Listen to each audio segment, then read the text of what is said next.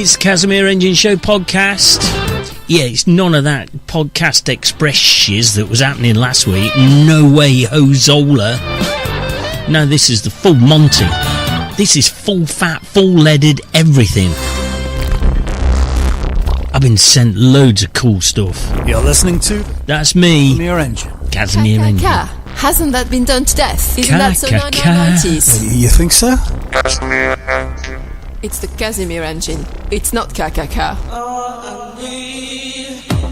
This was the first thing I was sent. This is Real Experts. New album called Urban Myths. This is Exhibit and it is Ace.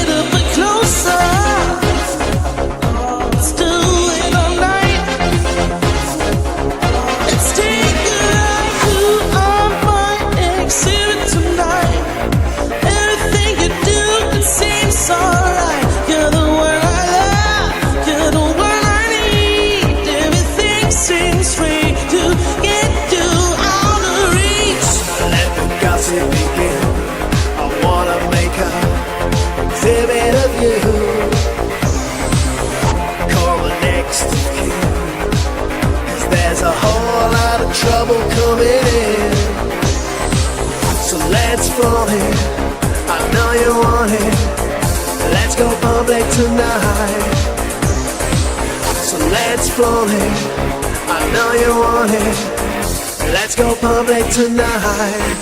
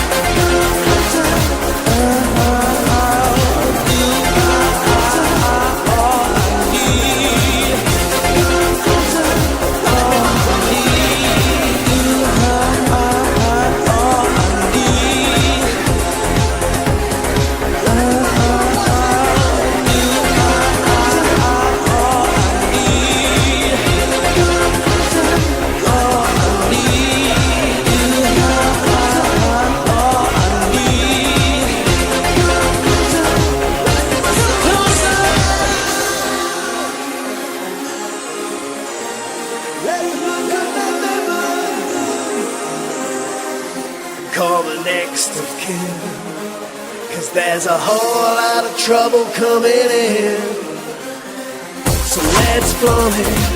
I know you want it. Let's go public tonight. So let's flaunt it. I know you want it. Let's go public tonight.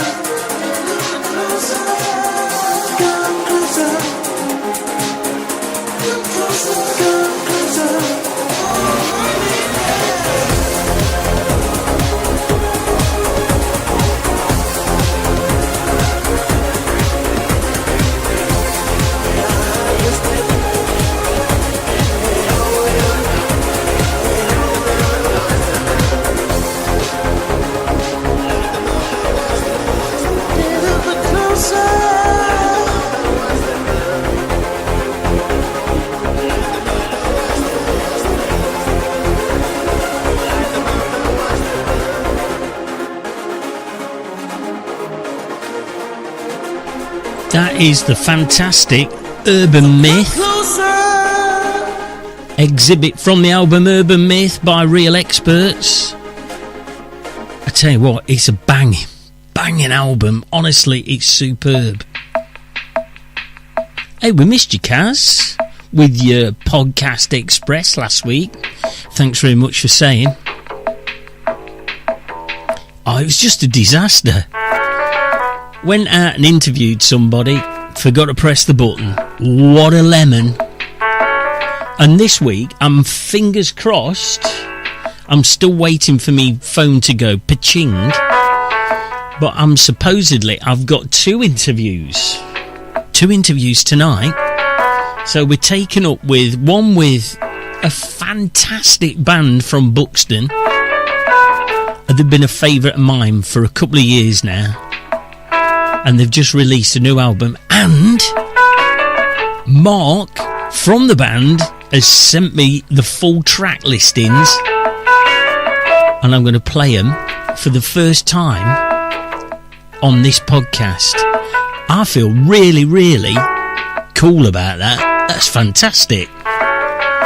And also, I'm trying to catch up with a guy who's doing he's doing a charity walkathon at the moment, and I'm trying to catch up with him.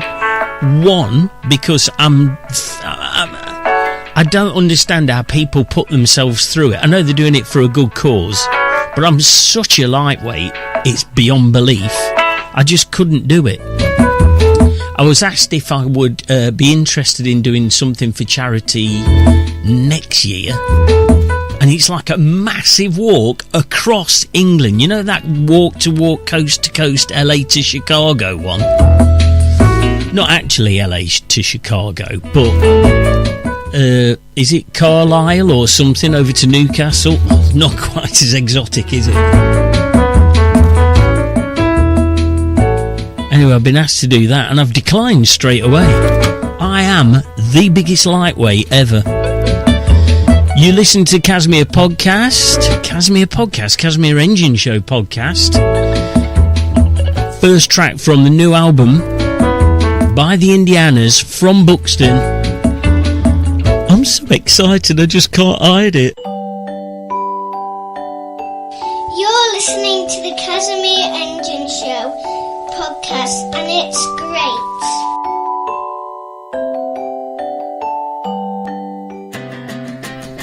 So last night I got a chance to chat with Mark from the Indieannas, Buxton's finest indie band, and we had a chat about the new album being released on Friday. This is Fire in the Heart from the new album.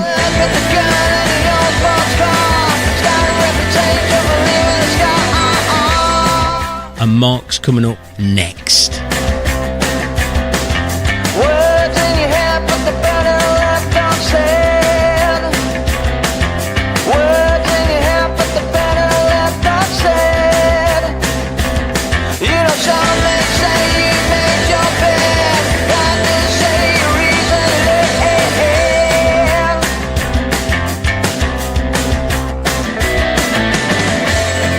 But you don't care, she's gonna take it all.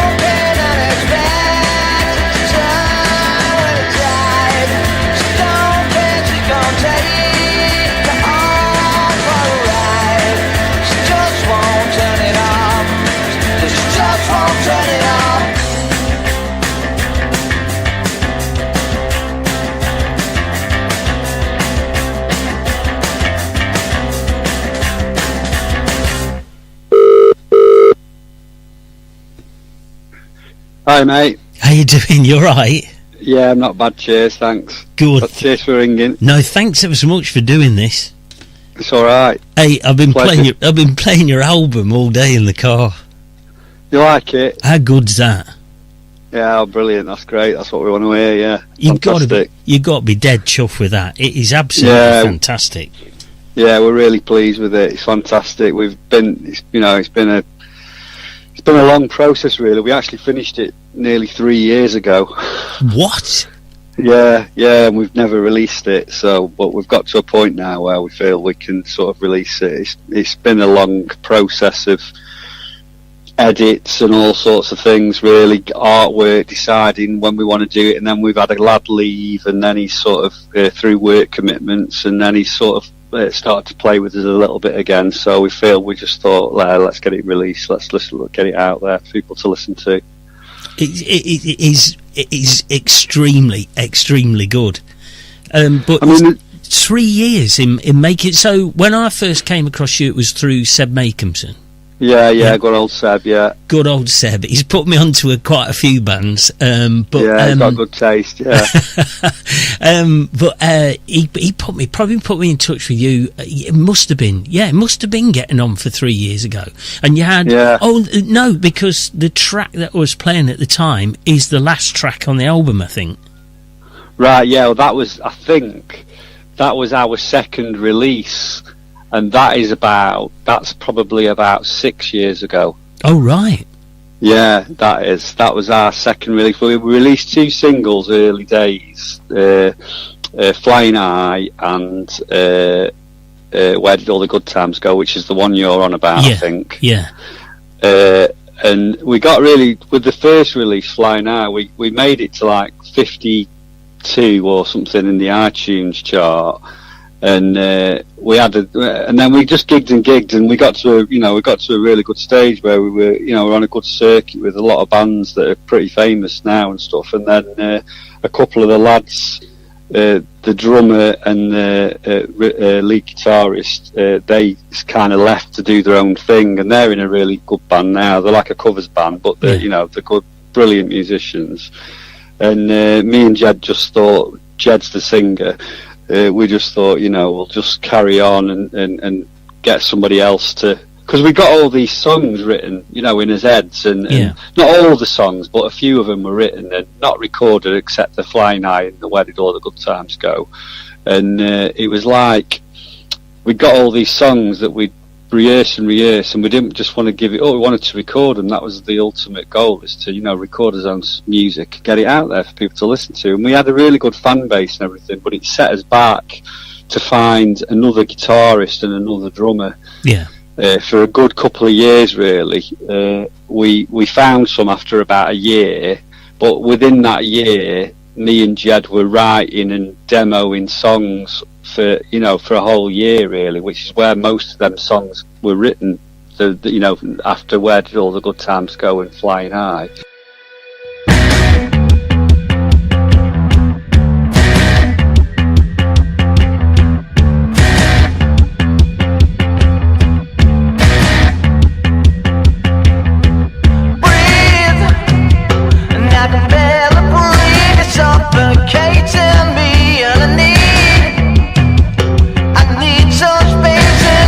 Can't you read the signs now?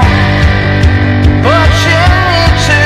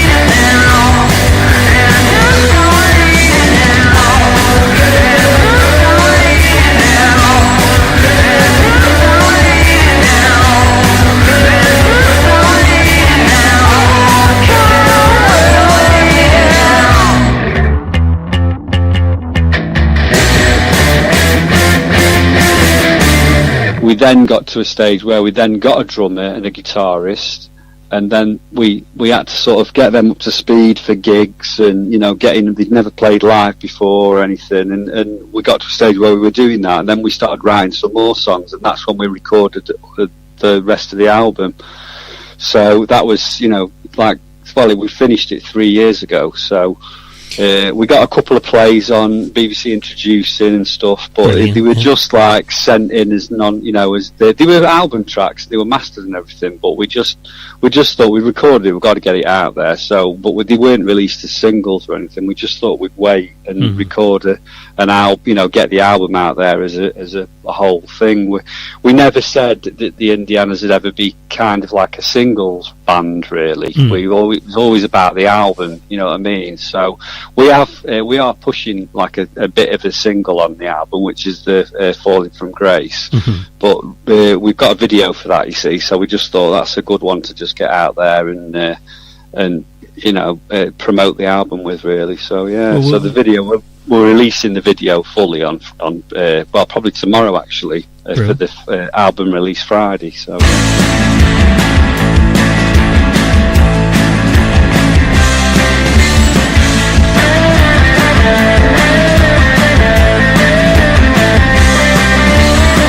something on my mind, burning me inside, and it's been around here a year ago, pumping through my vein, driving me insane, like a hurricane here a year ago.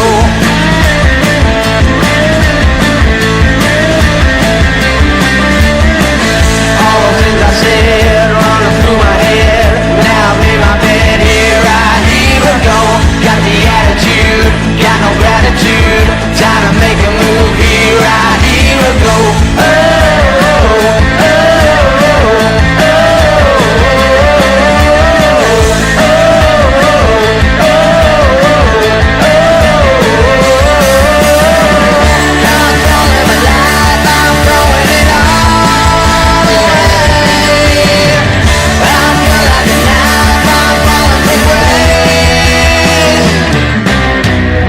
Something on my mind, burning me inside, and it's been around here a year ago.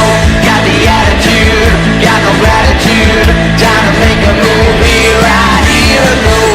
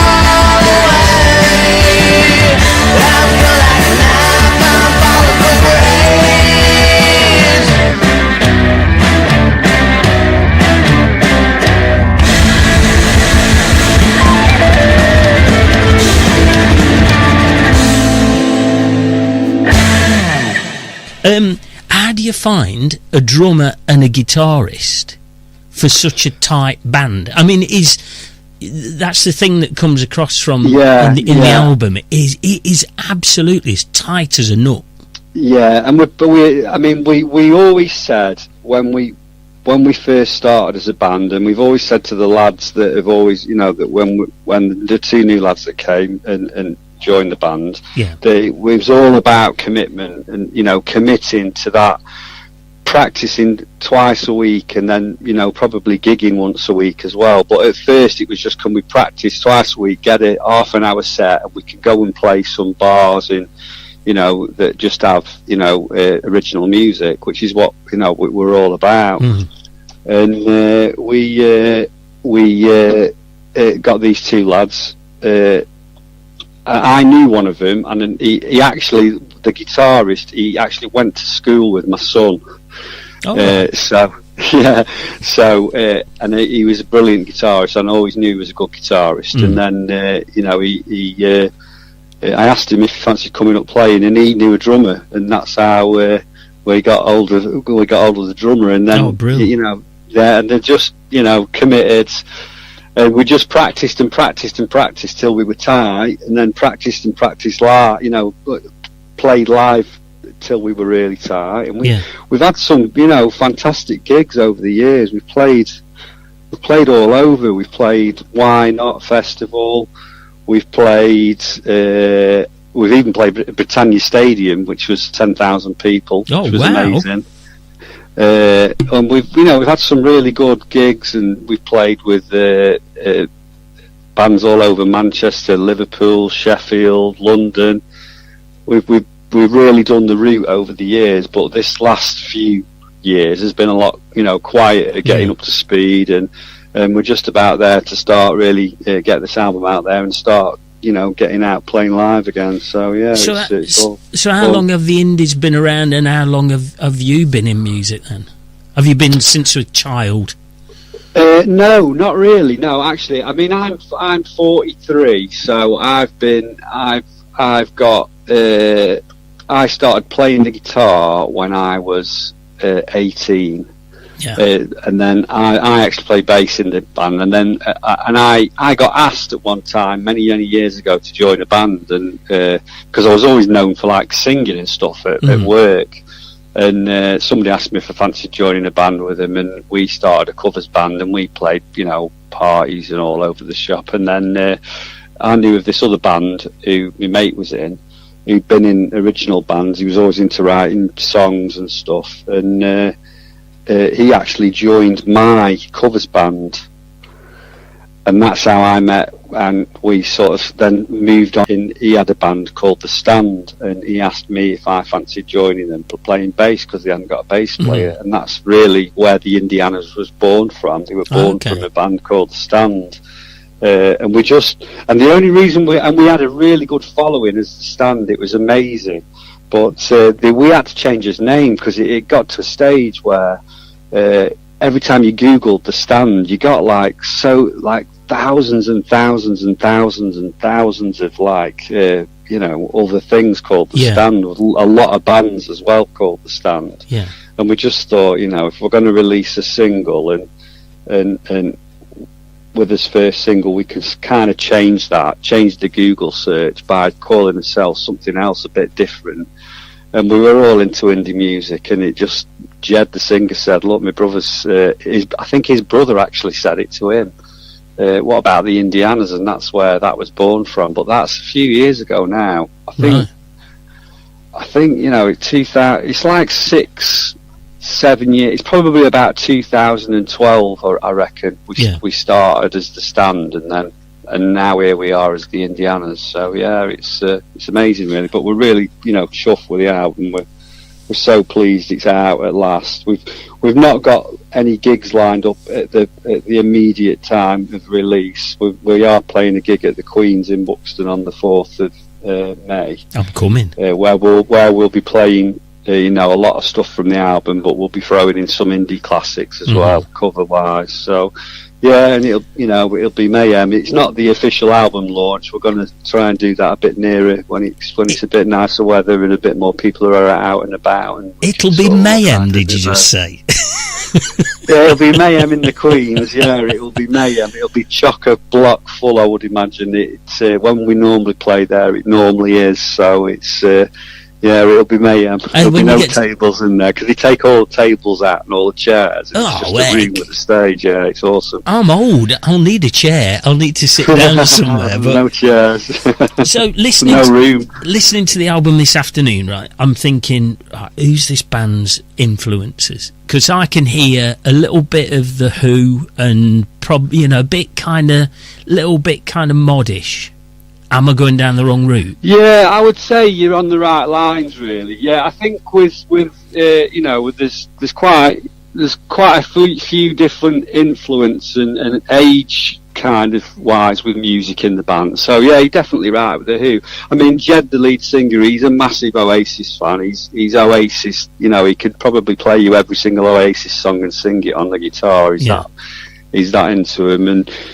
But we all like bands like the Foo Fighters, that kind of stuff, Kasabian, all the Britpop kind of indie, and all this new indie that's coming out now with like Catfish and the Bottlemen, Sam Fender, all that kind of stuff. So yeah, it's all about the guitar for us. It always has been. We're a guitar-based rock band, basically. Yeah.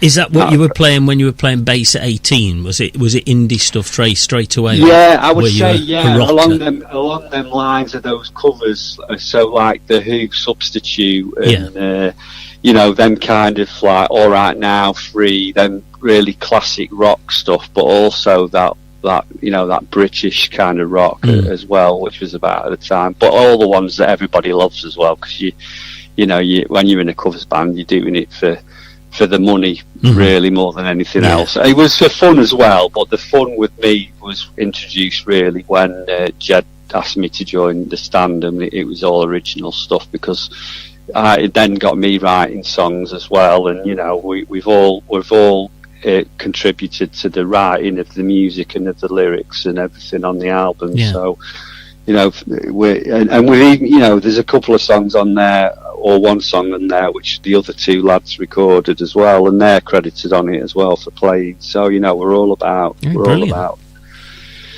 being all even and just sharing his music. Really, we're just glad to get it out. I mean, we've not done this for the money, obviously, because there's no money in this kind of music unless you're absolutely mega. You might make £50 on Spotify or something like that. Yeah. Oh, yeah, I don't think Spotify's the way. I think I'm no expert. I only like playing music, but I would imagine that where the bands make the money is selling out stadiums, really, nowadays. It's gigging. It's really strange, because it used to be albums and stuff like that when I was a kid, totally, and now it's all about the gigs and all about really about festival season. In it. And it's festivals, cramming in those festivals. Which is I ain't doing festivals. I'm way too old for that kind of thing. But we've just played Where Did All the Good Times Go? And I mean, that's like a mega anthem. So how do you write something like that? Where do you start? Is it the tune? Is it the words? Or where do you start with something like that? To be fair, with that song, I can't answer that question, because that's Jed's song, that is. Jed wrote that, and it's Jed's baby through and through, and I don't know, I think he'd been through a few hard times and stuff in his life, and I think that's where all that, it's from the heart, I would imagine, all that stuff with Jed. I know the tough times and stuff like that, but you don't half get some good music out of them, don't you, really? That's unfortunate. That's right, thing, that's it. That's it. I mean, that's totally how Jed expresses himself through his music. I would definitely say that. He's a brilliant songwriter. I'm his biggest fan, to be fair. I think I always tell him that, because he's an absolutely fantastic songwriter. There's 11 tracks on the album. It's called Shadows and Silhouette. That's right. Yeah. The title track I thought was quite orchestral in the way it's set up. So.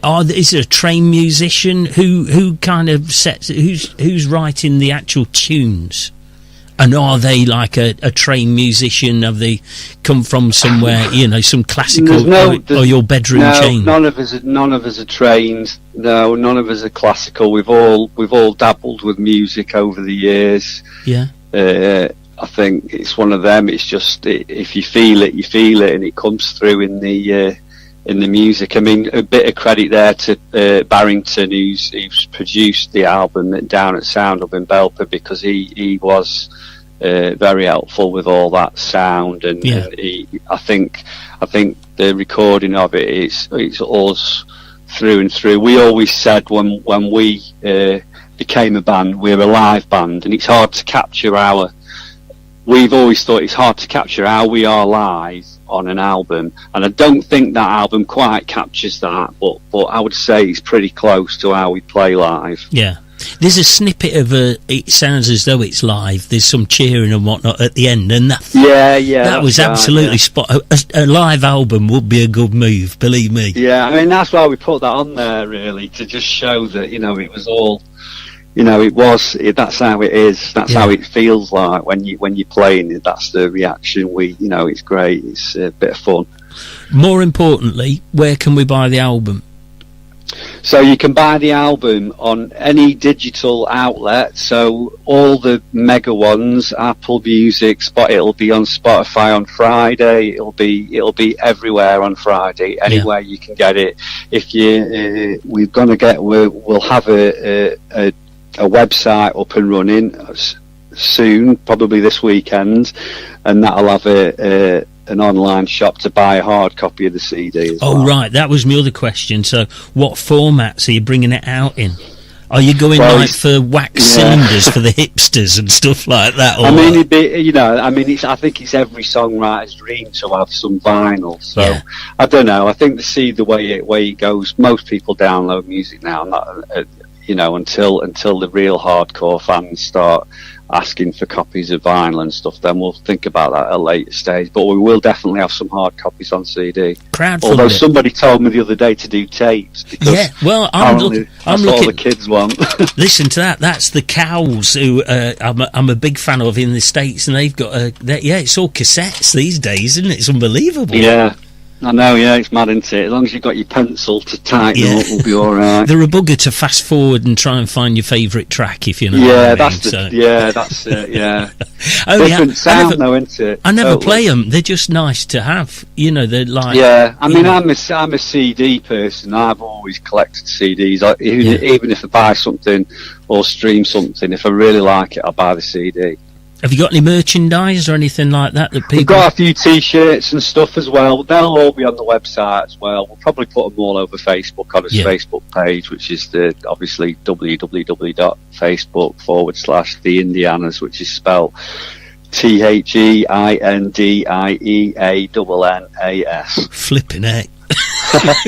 You should have stuck with the stand I can spell. I know. I always throw another N in just in case, usually. So, thanks ever so much for letting us play the album. And brilliant, honestly, like it. If anybody's listening, hopefully people are listening, but it is an absolute belter, and it's well worth picking up. It really is. Brilliant. So, thanks for joining us on the podcast. That's great. Thanks ever such a lot. Brilliant. Thanks for playing it. Really appreciate it. I'll see you later. All right, mate. Thanks a lot. Bye-bye. Take care. Bye. Bye.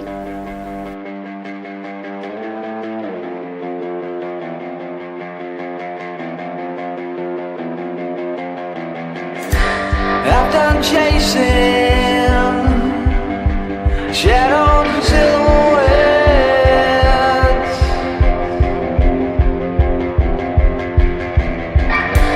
Think I've given up on you, but I have no regrets.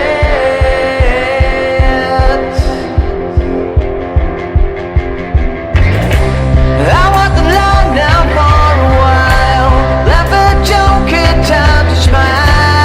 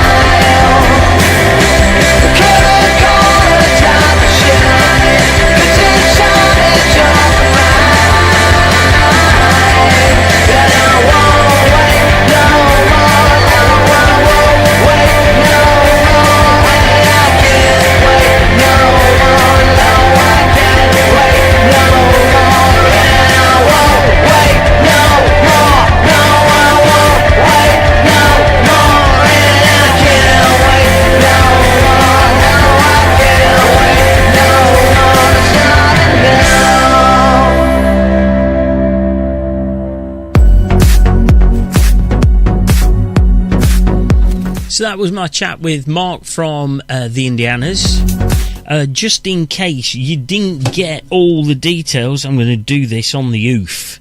The Indieannas. So how can I get in touch with the Indieannas if I want to, Kaz? Right, well, they're the Indieannas. That's INDIEANNAS. That's on Facebook. You've got a website, www.theindiannas.co.uk. And you can grab a hold of the new album, and that's going to be available on Spotify. It'll be available on iTunes, and you can purchase it, Shadows and Silhouettes by the Indieannas, on Songlink.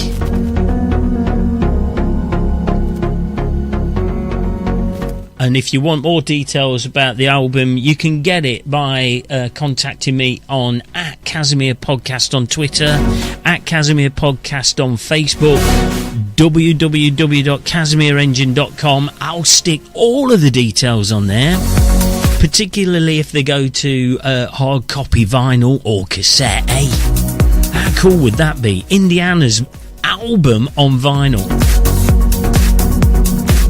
Suggestions of what colour that vinyl should be. I reckon traditional black. That would be so cool. So thanks very much to Mark. So after that, right all night last night, I went, jumped in the Casmobile, dashed all the way over to Wirksworth, and I went to the Royal Oak on North End, bumped into Stuart Wheeldon, film director, as you do when you go out for a quick shifty pint.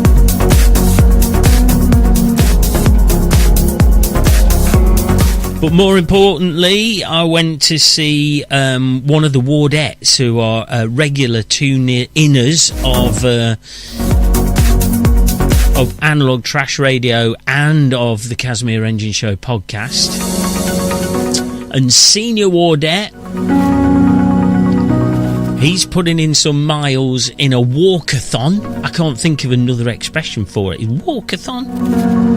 Anyway, he's doing marathon mileage on his feet in aid of charity for cancer research. It's #WalkAllOverCancer. But I'm going to let Robert Ward tell you all about it. Might be a bit of background noise because it was in the pub. So thanks to everybody at the Royal Oak for letting us invade their privacy and give us a bit of room in the pool room. So here's Robert telling us all about Walk All Over Cancer. So tonight we're joined by long-term listener Senior Wardette. Senior Wardette, welcome to the Casimir Engine Show podcast. Good evening. So we want to chat. Let me move this a bit closer. We want to chat because at the moment you're in the middle of a walkathon. Yes, yeah. And you're doing how many steps a day? At least 10,000 steps a day. 10,000 steps in aid of? Cancer Research UK. Okay, how did you get involved in that? Well, I suppose I was inspired by my nephew Christopher, and in January he did a triathlon, so he didn't drink for the whole of January, and I know what a challenge that was for him. So I thought, well, it was a nice way of doing something, because when bad things happen with cancer, you don't really know what to do. You feel a bit helpless. Yeah. So you think if there's something you can do, you kind of feel a bit better yourself. But if you can raise some money as well, then everybody wins. What have been the challenges other than the exertion and going for a walk? What have been the real challenges? I think it's the sort of regularity of it, because to do 10,000 steps in a day isn't that difficult of a weekend. If you've got a dog or you go shopping or something like that, it's quite easy. But when you're doing a normal day, and for me, I have quite a sedentary job, so I'm in the car, in a meeting. To do 10,000 steps, you've got to really mean what you're doing. So you've got to make the effort. Like last night, having had 5 hours in the car, got to the hotel, realised I still needed to do a couple of thousand steps, I needed to go and walk around a car park for 20 minutes. So it's that commitment to just making sure you do it. How's it been actually asking people to donate? Well, is that a difficult thing? Because there's a lot of charitable things going around on the internet. And it's not that difficult, because I suppose at first I didn't think much about the donation side, which seems a bit strange, but it was more about, could I do it? You know, what's been the overriding thing is not letting people down, because every day you walk 10,000 steps, and I've never missed, but there's always that fear that I post something every night through Facebook about how many steps I've done, and the fear is not posting that you've done your 10,000, and that's what drives you.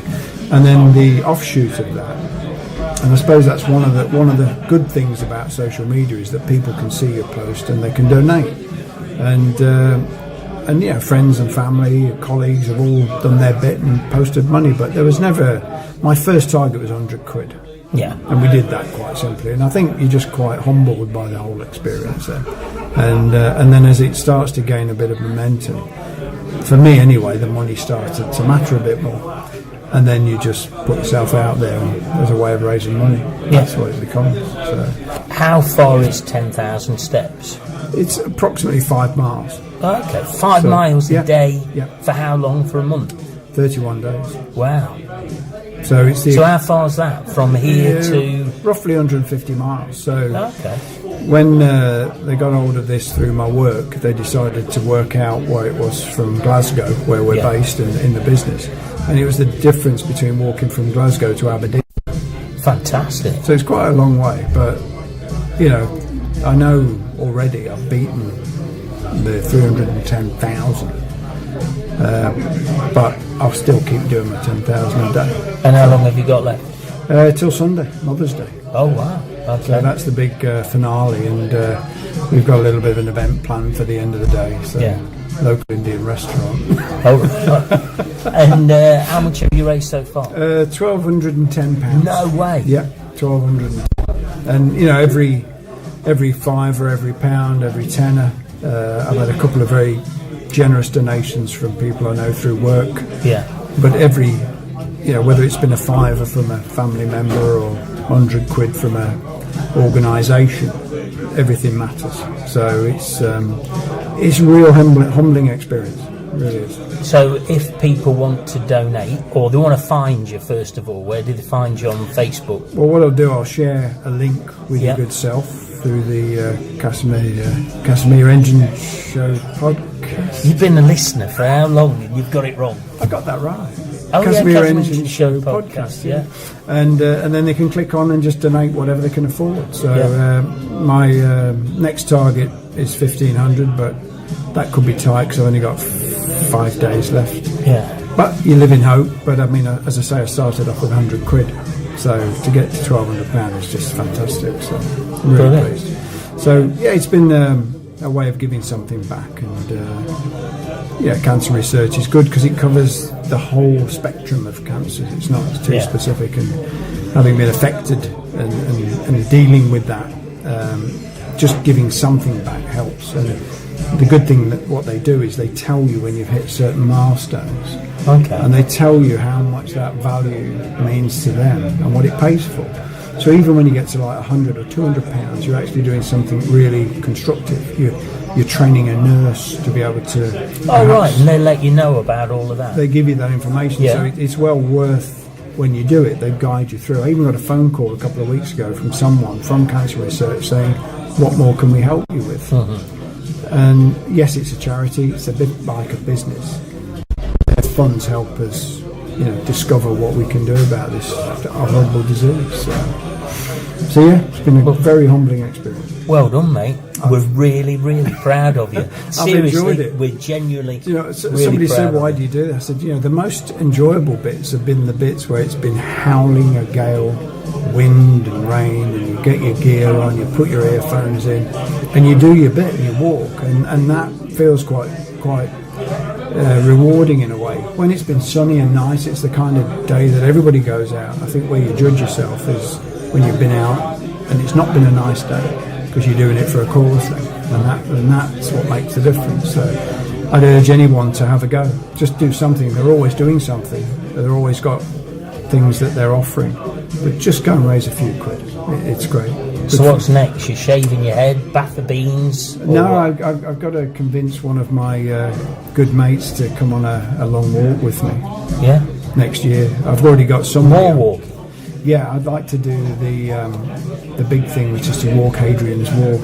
Okay. And so I've got to encourage this guy I know, sitting not too far away from me. But nobody else in the room? No, yeah, it's you. And then somebody else who I work with, we're quite up for that. So middle of next year in the summer, doing the walk along Hadrian Wall. So I think it'd be great. It'd be good. Brilliant. Good luck with it. Oh, well, I'll let you know if we do it. I guess, yeah, I've still got to talk you into it. No, I'm not doing it. I really think you should. Right. In fact, what we should say is anyone who follows your podcast, they should actually comment whether or not they think you should do it. Luckily, no one follows the podcast, so I'm all right. I'm sure that's not true. Really, really well done. No, it's been brilliant. That. So, and we've all been following you, and I'll share the posts. Thank you. Thank you very much. Cheers. See you. The truth about dogs and wolves. A new EP from 5 Mile Smile includes Brawlin' in Belfast and Call to Arms. Available from Bandcamp. No Frills Rock and Roll from a band called 5 Mile Smile. These guys, yeah, they're a fairly hard rocking band.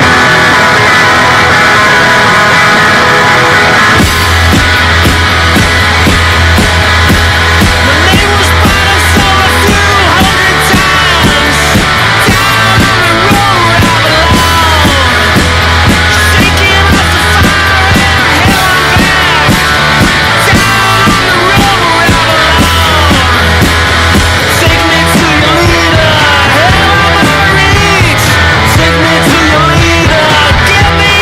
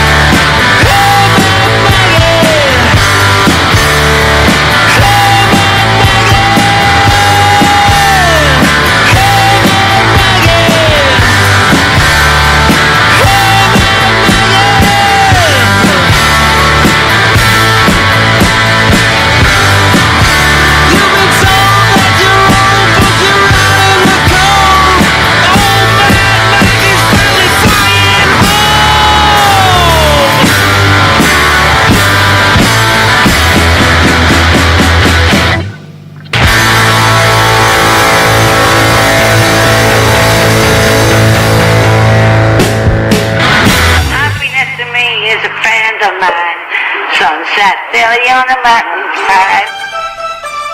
Thank you very much to Mark from the Indiannas, to the Wardettes, and to you for tuning in. Spread the news. Don't forget you can contact us on Twitter and on Facebook. Give us a share, give us a like, subscribe, and I'll see you next week. The Casimir engine, reliably mediocre.